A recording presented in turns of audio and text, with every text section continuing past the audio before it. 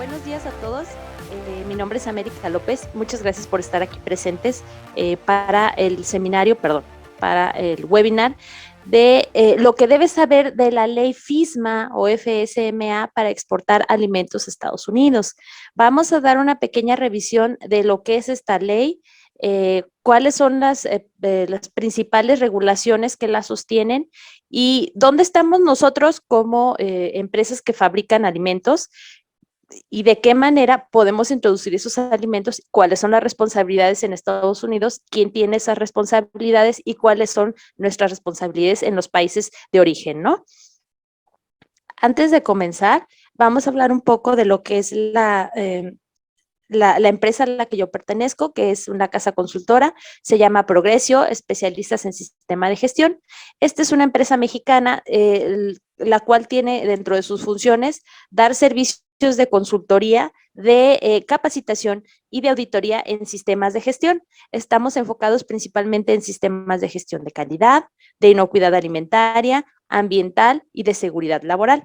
El objetivo es apoyar a las empresas, ya sea grandes, pequeñas, de cualquier ámbito, que den cumplimiento a estos estándares y también dentro de los mismos a la regulación o normativa a la cual ellos estén aplicando, ya sea nacional o internacional. La filosofía de Progresio se basa en tres pilares. El primero es aprender para comprender. Es decir, con los servicios de capacitación que nosotros ofrecemos, damos la posibilidad de entregar los conocimientos y de que las personas que vayan a hacer las implementaciones de los sistemas de gestión comprendan cuáles son los requisitos que son necesarios para implementarlo, ¿no? Después es comprender para aplicar. Una vez que ya tienen estos conocimientos, nosotros aportamos nuestros conocimientos y nuestra experiencia para que se puedan realizar estas implementaciones dentro de la organización. Dudas, mejores maneras, alternativas. De esta manera nosotros los apoyamos de manera de consultoría.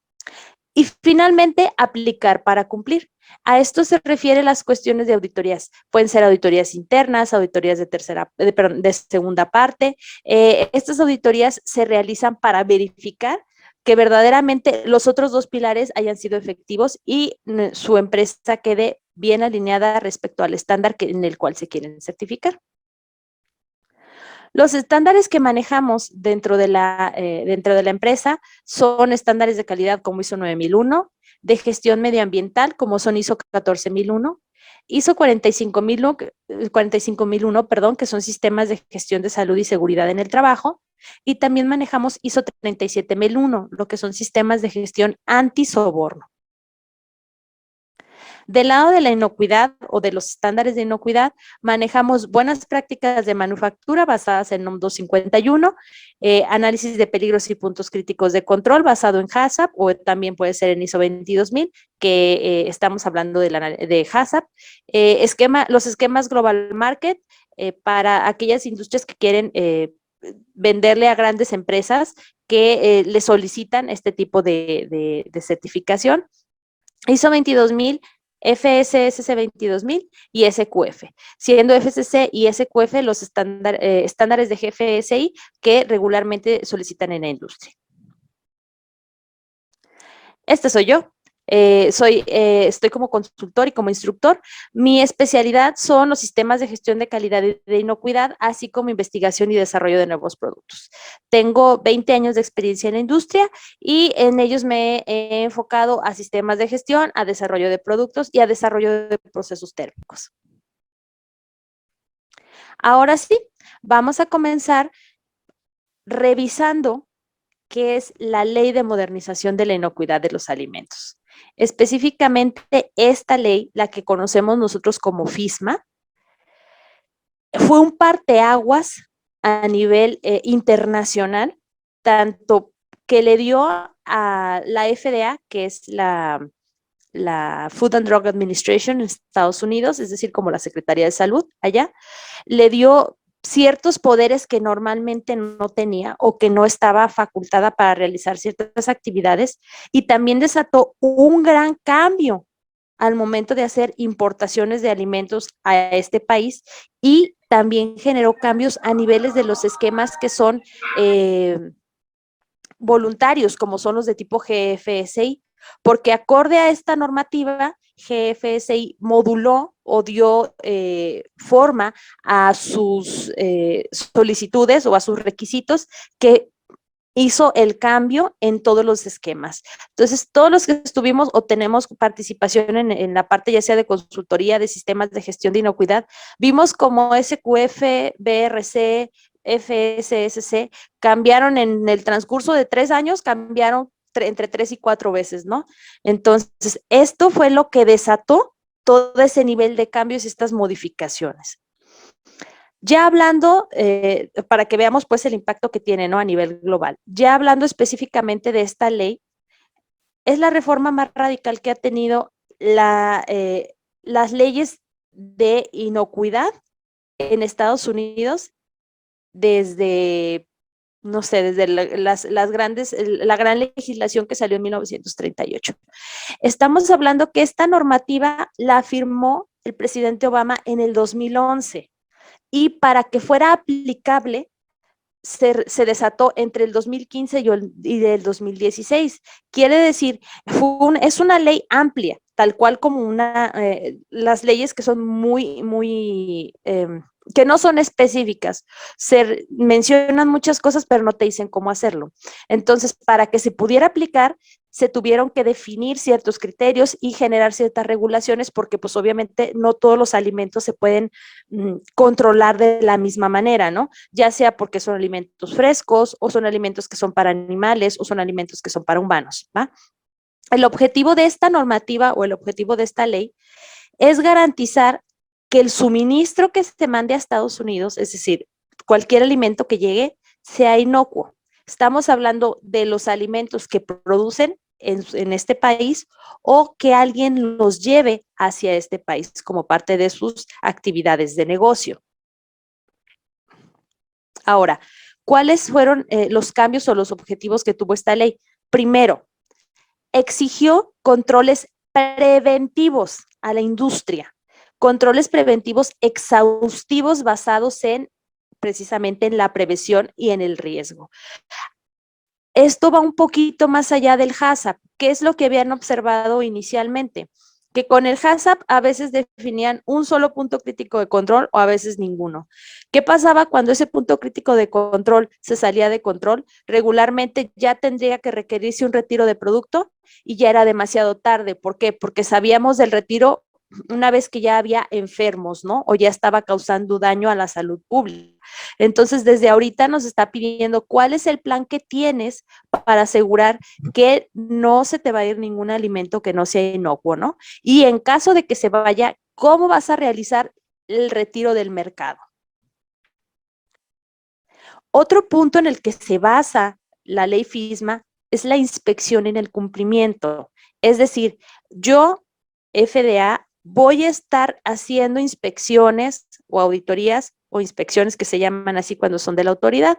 Voy a estar haciendo inspecciones para asegurarme que tú como organización te estás responsabilizando de todos los controles que me dijiste que vas a tener, porque son una obligación. Entonces, como la persona que monitorea o quien hace las actividades no puede ser la misma que verifica, entonces definen que se necesita fortalecer la parte de la inspección para asegurar el cumplimiento dentro de las organizaciones. Y como les menciono, tanto las que fabrican en Estados Unidos como las que fabrican fuera de ese país. Después, la inocuidad de alimentos importados. Y aquí ya define específicamente quién es el responsable de realizar las actividades. Nos menciona que los importadores es responsabilidad del importador que se asegure que todos los proveedores extranjeros a los que les va a comprar tengan los controles preventivos, ¿sí? Para garantizar la inocuidad del alimento previo a la entrada a el país de Estados Unidos. Después, la intervención. Antes de la promulgación de la ley FISMA, FDA no tenía autoridad para solicitar un retiro.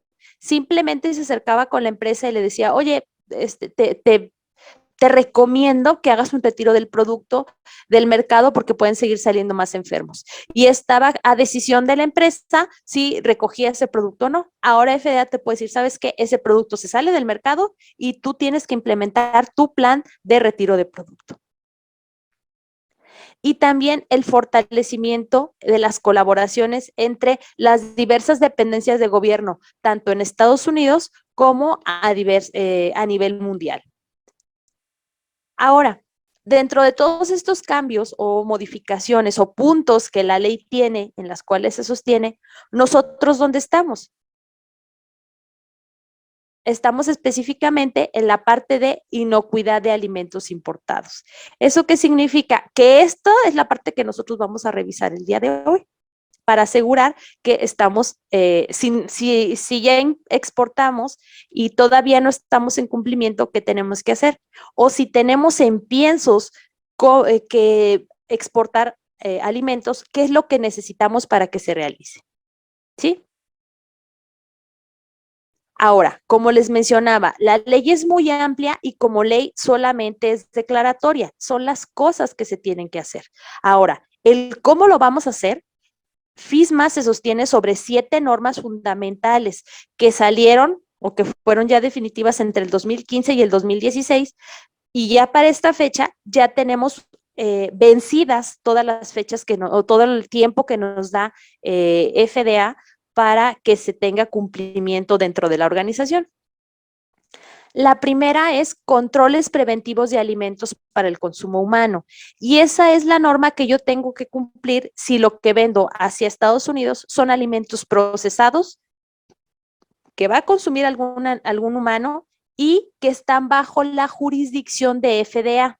¿Sí? Si estamos hablando de alimentos, por ejemplo, cárnicos que están bajo la jurisdicción de la IUSDA, hay regulaciones especiales para esto. En este caso, nosotros vamos a tener que identificar si nuestro alimento está dentro de lo que la FDA regula y tendríamos que estar cumpliendo con estos controles preventivos, con esta normativa. La siguiente es controles preventivos de alimentos para el consumo humano y ahí se incluyen lo que son piensos, mezclas para los animales, cualquier cosa que pueda consumir el ganado, por ejemplo. La siguiente es la regla de inocuidad de los productos frescos agrícolas, perdón, y tal cual así es, productos frescos agrícolas. Es decir, todo aquello que yo voy a vender y que se consume sin haber sido procesado térmicamente, por ejemplo, o que se consume crudo. Frutas, verduras, las hortalizas, todo este tipo de alimentos son los que caen dentro de esta regulación. Obviamente, estas 3 normativas son como la base, ¿no? Dependiendo del alimento que yo venda, pues tengo que cumplir con cualquiera de esas 3 o con alguna de esas 3. Ahora, si mi empresa o la empresa fabricante está en el extranjero, debo de cumplir el programa de verificación, de verificador de verificación de proveedores extranjeros, el cual es responsabilidad del importador asegurarse que yo esté cumpliendo con lo que pide ese programa, ¿no? Ahora, también tengo el de acreditación de auditorías de tercera parte. Lo vamos a ver como una parte, como una ayuda al cumplimiento del programa de verificación de proveedores extranjeros. Es decir, cuando FDA no tiene la capacidad para estar inspeccionando lo que sea, subcontrata o pasa esa responsabilidad a ciertos terceros que han sido autorizados por ellos para asegurarse de esta situación de la inspección. También del transporte sanitario a otra regulación, si es a lo que yo me dedico a estar enviando o tener una empresa de logística, ¿qué es lo que tengo que cumplir para el transporte que sea sanitario?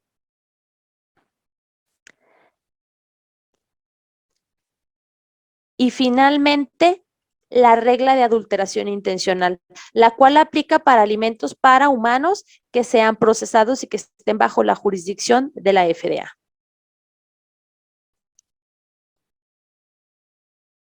Ahora, ¿yo dónde estoy? ¿En qué punto es donde yo me quedé? Primero, tenemos a un proveedor. ya sea que sea un fabricante de alimentos, algún procesador o cultiva los alimentos.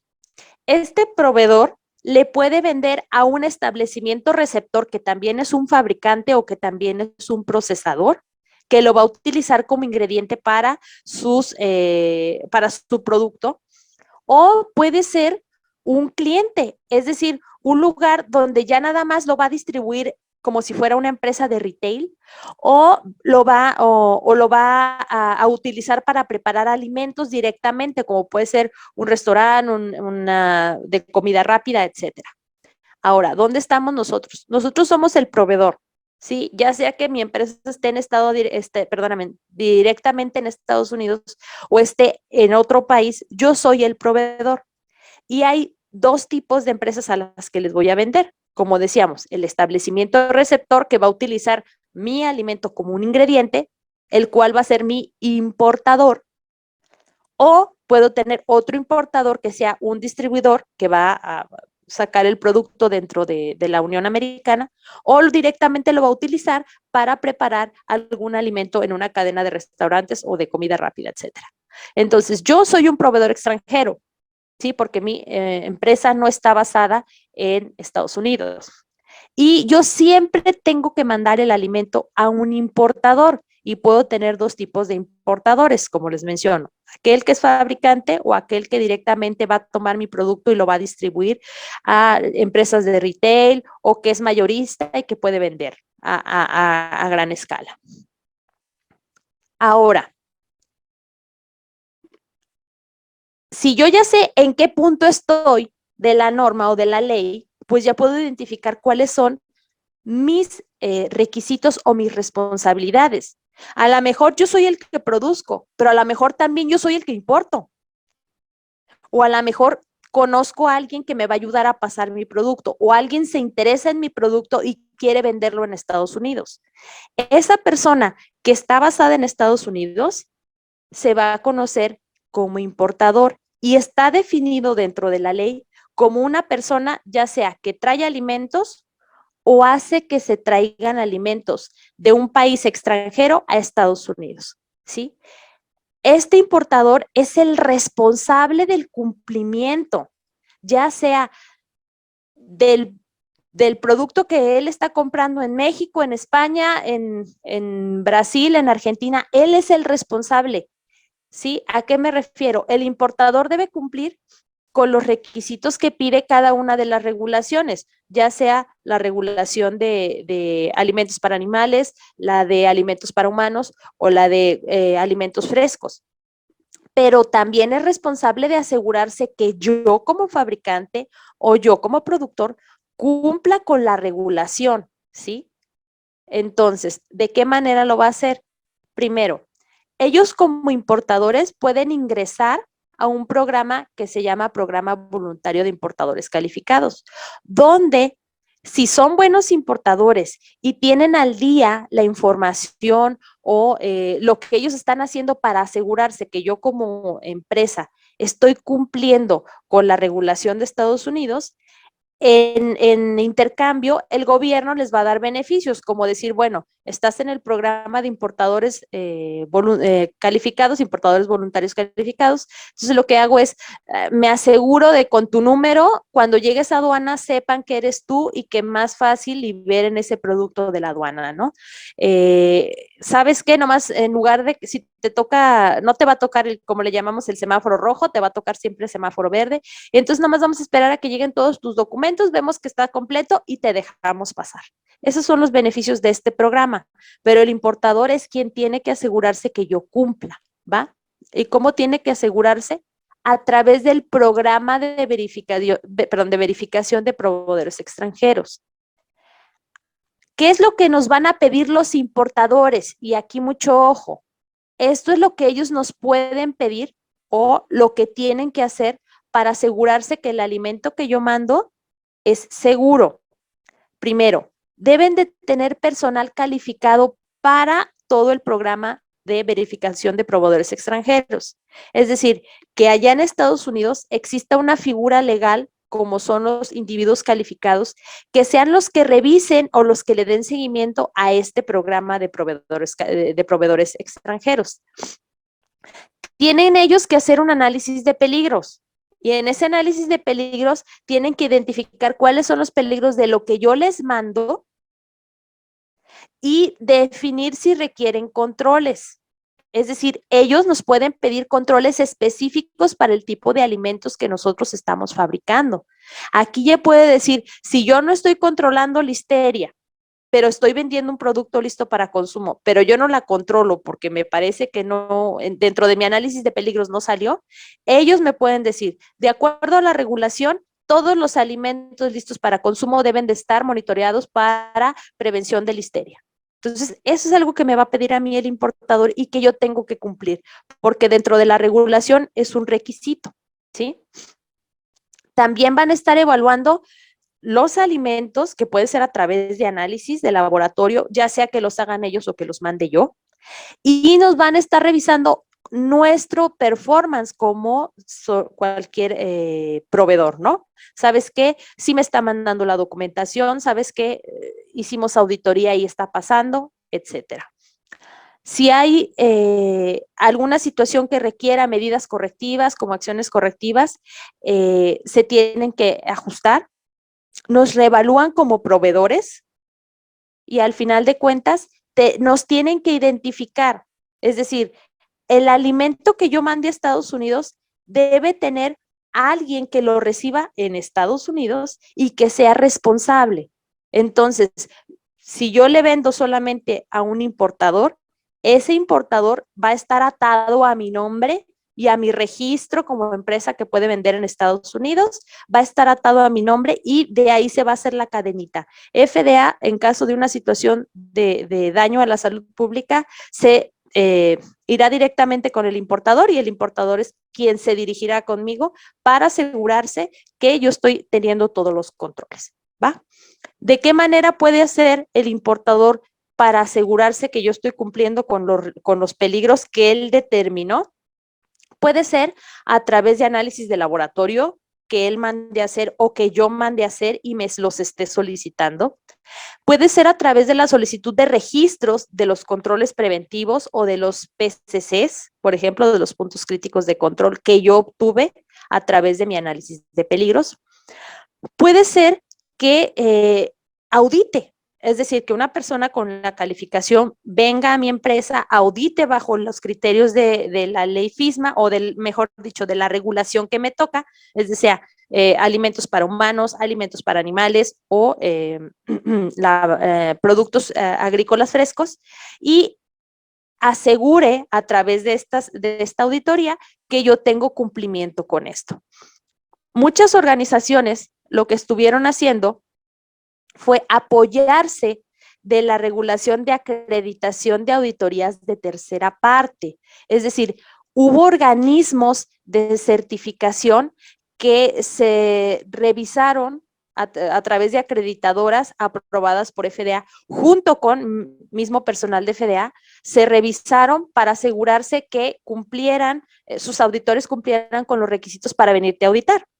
Entonces, este programa de auditorías de tercera parte, yo puedo contactar a un organismo de certificación que tiene esa capacidad, pedirle que venga y me audite, me haga la auditoría y me expida una especie como de certificado o un papel donde diga, ¿sabes qué? Sí es cierto, si cumples con la regulación que te toca y ese papel es suficiente para podérselo enviar al importador y que el importador pueda considerarlos como si fueran ¿cómo se llama? Un proveedor aprobado, ¿sí? Entonces, esta regulación nació para eso, para soportar la parte de inspección, para asegurarse que todos cumplen, pero también como una manera más sencilla de realizar el programa de verificación de proveedores extranjeros. Eso es lo que nos pide la regulación cuando estamos haciendo los requisitos, o mejor dicho, los tratos de yo empresa aquí en México, por ejemplo, a importador en Estados Unidos. Solamente para hacer el resumen, yo soy una empresa que está en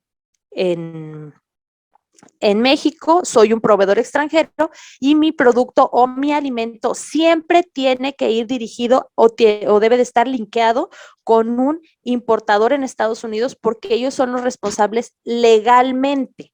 Es decir, a mi FDA no me puede venir a parar mi empresa porque somos otro país, pero sí no me va a dejar exportar en caso de que haya un incumplimiento.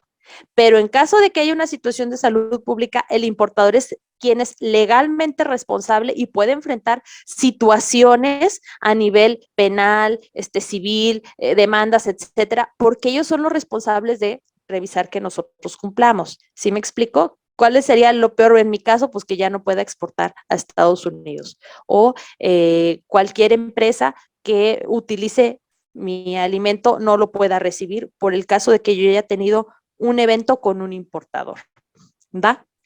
Ahora, dependiendo del producto que yo elabore, es el tipo de regulación que yo voy a cumplir. Si yo hago alimentos para humanos que quedan bajo la regulación de FDA, tengo que cumplir con la 21 CFR 117, o sea, el Código Federal de Regulaciones en su capítulo 21, en su módulo 117. Nos piden que tengamos un plan de seguridad alimentaria o un plan de inocuidad. ¿Qué debe tener este plan de inocuidad? El análisis de peligros, identificación de los controles preventivos. ¿De qué manera voy a gestionar estos controles preventivos? ¿Cómo los voy a monitorear? ¿Cómo los voy a verificar? ¿Cómo los voy a validar? Debe tener también un programa de cadena de suministro, es decir, yo, empresa, ¿cómo voy a cuidar a mis proveedores cuando son materias primas críticas? Y también debe incluir un plan de retiro, ¿sí? Ahora, este plan de seguridad alimentaria tiene que ser desarrollado por una figura que en Estados Unidos es legal. Aquí es un requisito porque también, para que sea contraparte de la figura que está en Estados Unidos, es un individuo calificado en controles preventivos y nos dice la regulación que es una persona que tiene las competencias para identificar los peligros que pueden venir en los alimentos que estos que fabrican en su empresa y poner controles que se adecúen a tales peligros. Como es un poco ambiguo, FDA en conjunto con FSPCA generaron una currícula o un curso, si así lo quieren ver, de controles preventivos de alimentos para humanos. Si yo estoy en ese curso y lo paso satisfactoriamente, yo ya tengo esa categoría de PSQI o de individuo calificado y tengo la capacidad de firmar el plan de seguridad alimentaria para que sea válido. Eso aplica para la persona para el importador y también aplica para mí porque yo tengo que replicar lo que pide la regulación. ¿Por qué? Porque es lo que me tienen que revisar que yo estoy cumpliendo. Ahora, si yo hago alimentos para animales, les digo, como piensos o alimentos para vacas o para borregos o para ganado, tengo que cumplir con el CFR 21 en los apartados 507. También nos pide un plan de seguridad alimentaria con un análisis de riesgos. Aquí es un poquito más sencillo. Lo primero que nos pide es que toda la instalación tenga las buenas prácticas de manufactura actuales que vienen en el 507, allí menciona cuáles son. También nos pide el plan de inocuidad escrito y nos dice que algunas instalaciones, dependiendo de la materia prima que utilicen para hacer sus alimentos, van a tener que incluir un programa de cadena de suministro. Es decir, asegurarse que nuestros proveedores de las materias primas críticas nos estén dando alimentos libres de los peligros, ¿no? O con los peligros que nosotros identificamos que estén controlados. También este plan de seguridad alimentaria lo tiene que hacer un PSQI, que está específicamente diseñado el plan para alimentos para animales.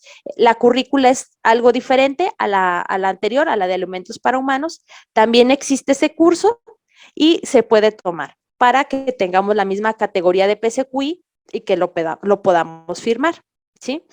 Aquí otra cosa que es importante. Este PSQI puede ser interno es decir, alguien de la organización que tome ese curso y que firme, o puede ser también externo, es decir, alguien que lo desarrolle y que no lo dé y que se haga responsable. En mi experiencia, yo no he visto ningún plan de inocuidad firmado por un PCQI externo. Todas las empresas con las cuales yo he trabajado o he tenido contacto, todas tienen un PCQI interno, mínimo uno, y son los que firman y hacen el desarrollo de este plan de seguridad alimentaria. Para la regulación de inocuidad de los productos agrícolas frescos, es decir, cualquier alimento que se consume fresco, así crudo, ¿sí? Nos vamos a basar en el 21 CFR 112 y esta norma sí tiene un poquito de cambio. Son varias partes las que tenemos que cumplir, pero todas también tienen que estar escritas. La primera parte viene salud, higiene y formación de los trabajadores, el agua agrícola e inclusive ya hay una regulación especial para agua que se tiene que cumplir, donde nos dice qué tienes que buscar, cuándo, nivel de muestreos, etcétera. Enmiendas biológicas del suelo, es decir, si yo utilizo estiércol, si utilizo composta para el crecimiento de los productos, ¿no? De mis hortalizas o de lo que yo estoy vendiendo. La presencia de animales domesticados o salvajes en la circunferencia de las áreas de fabricación de cultivo, equipos, herramientas, edificios y saneamientos, y también la producción de germinados. ¿Por qué está separada la producción de germinados? Porque es uno de los principales alimentos involucrados en retiros de producto y enfermedad a personas, ya sea por salmonela o listeria. Entonces, es importante, o mejor dicho, se separó dentro de la regulación que hubiera un apartado especial para la producción de germinados. Aquí también nos pide que algún supervisor o alguien responsable dentro de la granja, así se le llama legalmente, tenga una capacitación con la currícula solicitada por FDA. La Product Safety Alliance, ellos tienen esa currícula y al pasarla, dura 8 horas el curso, al pasar ese curso ya tienen esa categoría, ¿no? Aquí no lo menciona como individuo calificado, pero sí lo menciona como persona que tenga esta capacitación. Finalmente, para todas las empresas que fabrican alimentos procesados y que van a venderlos en Estados Unidos, se nos pide cumplimiento con el 21 CFR 121, es decir, aparte de que tengas el cumplimiento con la 117, que son controles preventivos de alimentos para humanos, también tienes que cumplir con la parte 121 que habla acerca de la regla de adulteración intencionada. Específicamente se puede relacionar con lo que llamamos en los esquemas de certificación voluntaria como Food Defense, ¿sí? ¿Cuál es la diferencia aquí? Que Estados Unidos solamente se preocupa de eventos donde haya daños a la salud pública a gran escala. Es decir, si como situación de Food Defense tuviste una pérdida de confianza del consumidor, una pérdida ¿cómo se llama? Que la marca quede como estigmatizada o marcada como si fuera algo malo, no es algo que sea del interés de esta regulación.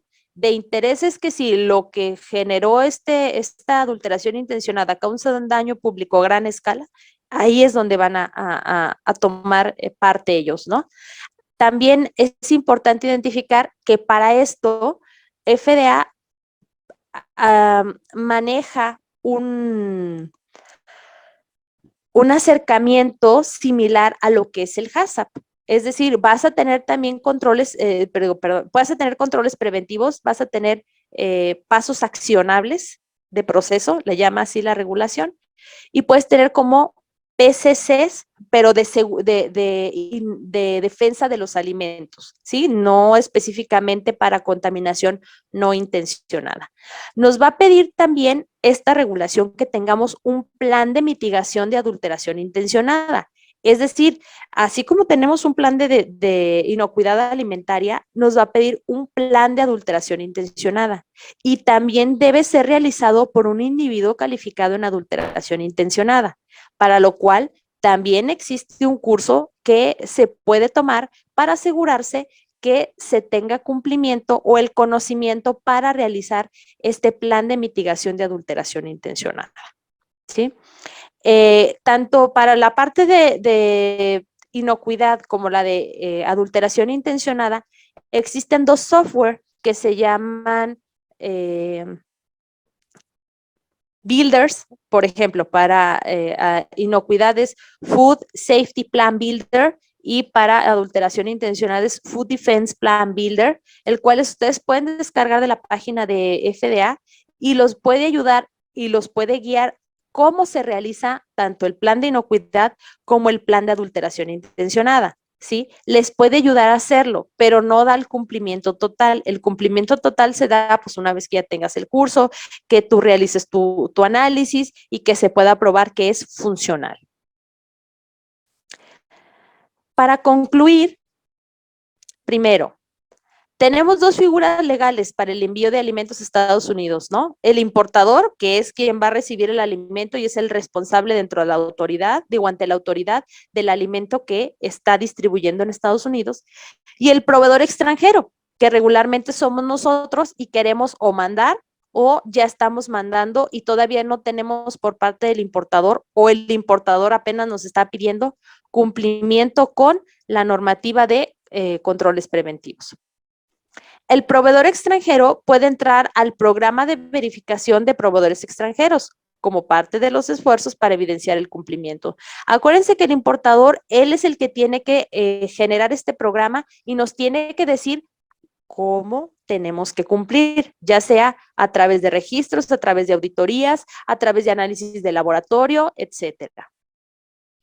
El plan de inocuidad y el plan de adulteración intencionada se debe realizar por un individuo calificado. Esa figura legal esta figura tiene que existir. Acuérdense, les digo, en México no tiene vinculación legal porque no es una parte del gobierno mexicano, pero sí puede dar, sí nos pueden evitar que entre nuestro producto a Estados Unidos y dar aviso a la contraparte mexicana, que es COFEPRIS, para que dentro de sus competencias ya nos pueda regular, ¿no? Y por eso está esta figura del individuo calificado, porque él es el que tiene los conocimientos para realizar estos planes. Y para convertirme en individuo calificado, pues está un poco ambigua la descripción, pero existe una manera como precisa para realizarlo, que es tener el curso de, que nos proporciona FSPCA, y para la generación del plan puede ser un PSQI o un individuo calificado, perdón, interno o externo, que como les menciono, yo hasta ahorita no he visto quién sea de manera externa. La mayoría tienen a alguien que ya es un PSQI entrenado dentro de su organización y realizan los planes tanto de inocuidad como de adulteración intencionada. Y por mi parte es todo. Les agradezco mucho el tiempo de estar aquí y si tienen alguna pregunta, pues es el momento de realizarla. Muchas gracias.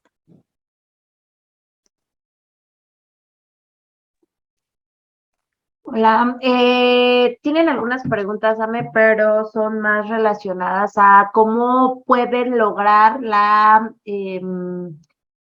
competencia de individuo calificado, cómo acceden a esa capacitación, quién la da. Ok, muy bien, ahí les va. Ustedes pueden ingresar a la página de FSPCA y ahí van a encontrar una lista de, ¿cómo se llama? Dependiendo del curso, una lista de los instructores aprobados para realizar estos cursos. Puedes buscarlo por nombre, puedes buscarlo por país y checar cuáles son los siguientes cursos que se van a dar. En México ya existen diversos individuos que son entrenadores para individuos calificados. Nosotros en la parte de Progresio tenemos un entrenador, entonces el curso está disponible, pero si no, hay también diversos organismos de certificación que están o te proveen de este curso con la currícula de FSPCA y que tú puedes al final tener un certificado. El certificado es ¿cómo les diré? no lo emite cualquiera, el certificado lo emite directamente FSPCA. Entonces, el curso se da de alta en una plataforma, por eso les digo que en esta plataforma o en la página de FSPCA lo puedes ver cuándo son las fechas. El curso que se da de alta, vienen los nombres de los integrantes, como quieren que ustedes aparezca en su certificado, y una vez que completan de manera exitosa el curso, el instructor los libera, por así decirlo, y a ustedes a su correo les llega el certificado emitido ya por FSPCA. No hay... nadie lo emite, el certificado no es específico, es decir, no es por cada organismo de certificación o por cada instructor, sino que directamente lo hace FSPCA. Entonces, como les mencioné, ustedes pueden entrar a esa página y ahí ver los cursos. Van a poder ver el curso de individuos calificados de controles preventivos para alimentos para humanos, para alimentos para animales y para adulteración intencionada, los tres. Ok, también por aquí preguntan el hecho de que alguien ya tiene su certificado, quieren saber si este certificado tiene una vigencia o una caducidad. No, los certificados no tienen vigencia. Ok, No tienen vigencia y no en ninguna parte de la regulación menciona que se tenga que hacer una, ¿cómo se dice? Una actualización. actualización, pero a lo mejor si ya tiene mucho tiempo, no sé, digo, creo que los más viejitos han de ser como de 6 años, a lo mejor considerar otro, pero en realidad no tiene vigencia, o sea, a rajatabla no tiene vigencia y lo puedes seguir usando. Ok. Por aquí también nos preguntan, ¿cómo son las auditorías para las normas de controles preventivos para alimentos de consumo humano? ¿Se usa Ah, checklist? ¿Quiénes pueden realizar estas auditorías? ok, mira, tal cual, sí puede ser de checklist, eso depende del organismo de certificación. Lo que sí te van a evaluar es el cumplimiento al 21 CFR 117, donde dice, ¿qué debes de tener? Manejo de residuos, mantenimiento, control de plagas, etcétera, ¿no?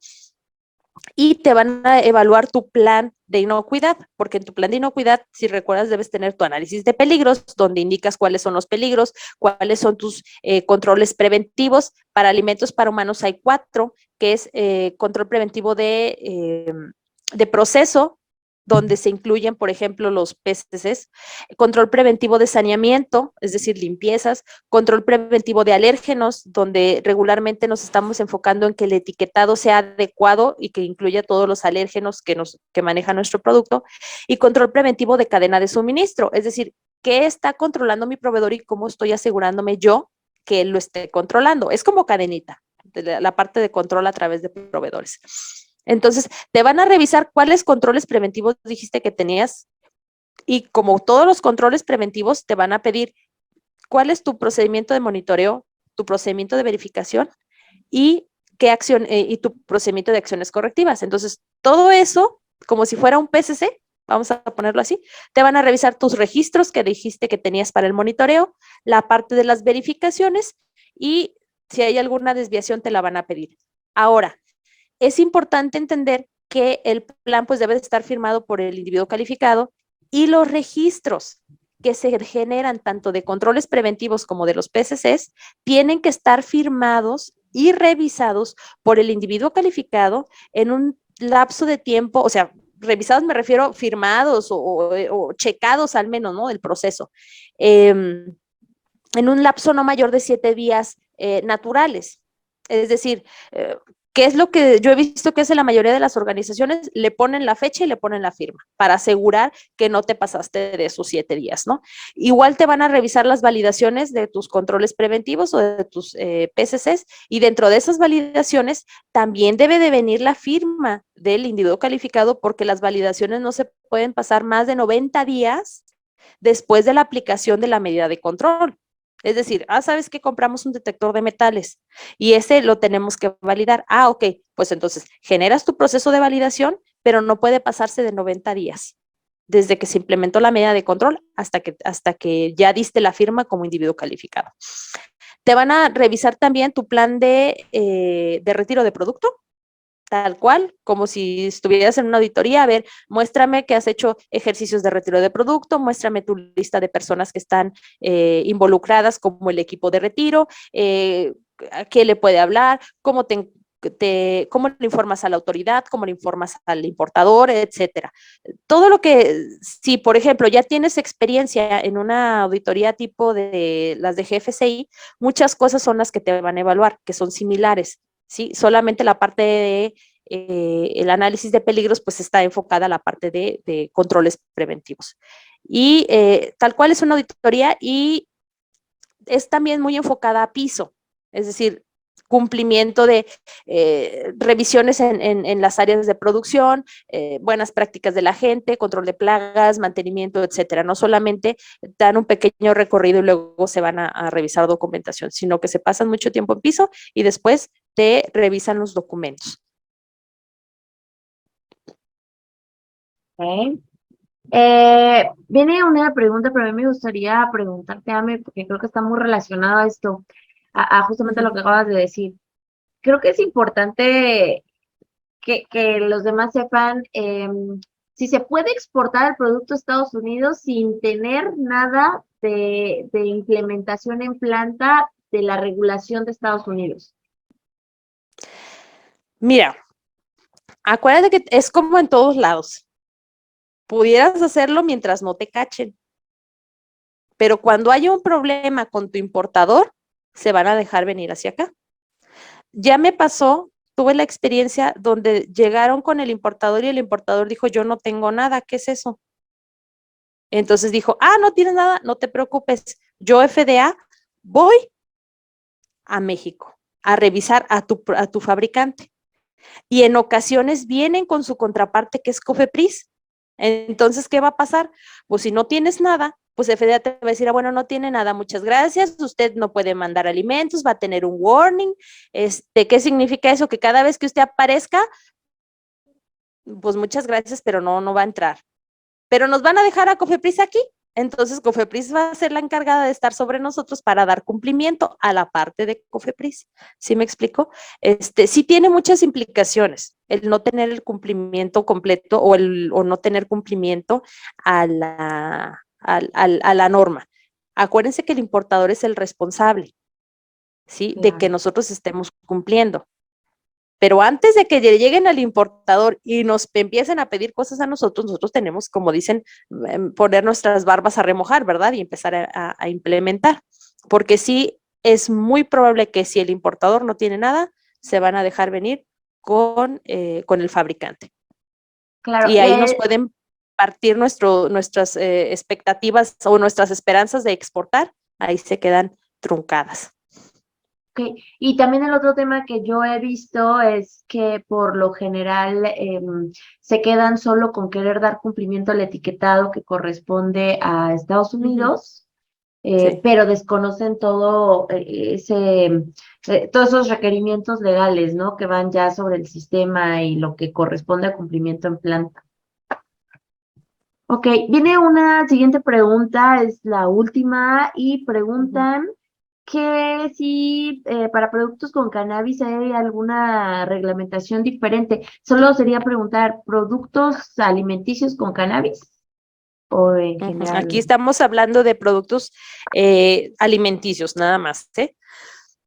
Acuérdense que la parte de cannabis tiene una regulación diferente. ¿Por qué? Porque puede estar regulada desde el punto de vista médico. Entonces, todo lo que les platiqué no tiene que ver. Pero si ustedes venden algún alimento que tenga un ingrediente que esté reconocido, no solamente en Estados Unidos, también esto sucede en México, un ingrediente que esté reconocido por sus características farmacológicas como un activo, entra directamente a la parte de medicina. La parte de alimentos queda por otro lado. No sé si me explico. Tal cual, ustedes pueden ver dentro de las regulaciones en Estados Unidos que si tiene algo que es medicamento, deja de ser alimento y se considera como adulterado porque no está siguiendo la regulación de medicamentos. Tanto les digo, por lo menos en Estados Unidos, que es el caso que estamos hablando. Ustedes pueden ver dentro de las alertas que mandan en la FDA el montonal que de dulces, cositas de miel, donde dicen que te ayudan, porque bueno, es lo que dice, ¿no? Para el placer masculino, si así lo queremos ver. Y al final, a la hora de hacer el análisis, pues tienen Viagra como uno de sus ingredientes. Entonces, todo ese producto se retira. ¿Por qué? Porque lo están vendiendo como si fuera un alimento, pero tiene una sustancia farmacológica que tiene un efecto sobre la salud. Entonces, se retira el producto. Por eso les digo, si ustedes hacen la mezcla, deja de ser directamente alimento y va sobre la regulación de medicamentos. Perfecto, Ame. No sé si tengan alguna otra pregunta, alguna otra duda. Dice que se menciona COFEPRIS para alimentos humanos, pero en el caso de fabricación de alimentos balanceados se involucra SADER. Sí, así es. SADER es la que va a entrar ahí. Perfecto. A través de, si no mal recuerdo, entra a través de Senacica con las buenas prácticas de manufactura de alimentos para animales. Entonces, eso es lo que se puede incluir aquí. En Estados Unidos, pues es el 21 CFR 507. Pues muchas gracias de haber estado aquí. América, muchas gracias por tu presentación. Muchísimas gracias a todos. Gracias.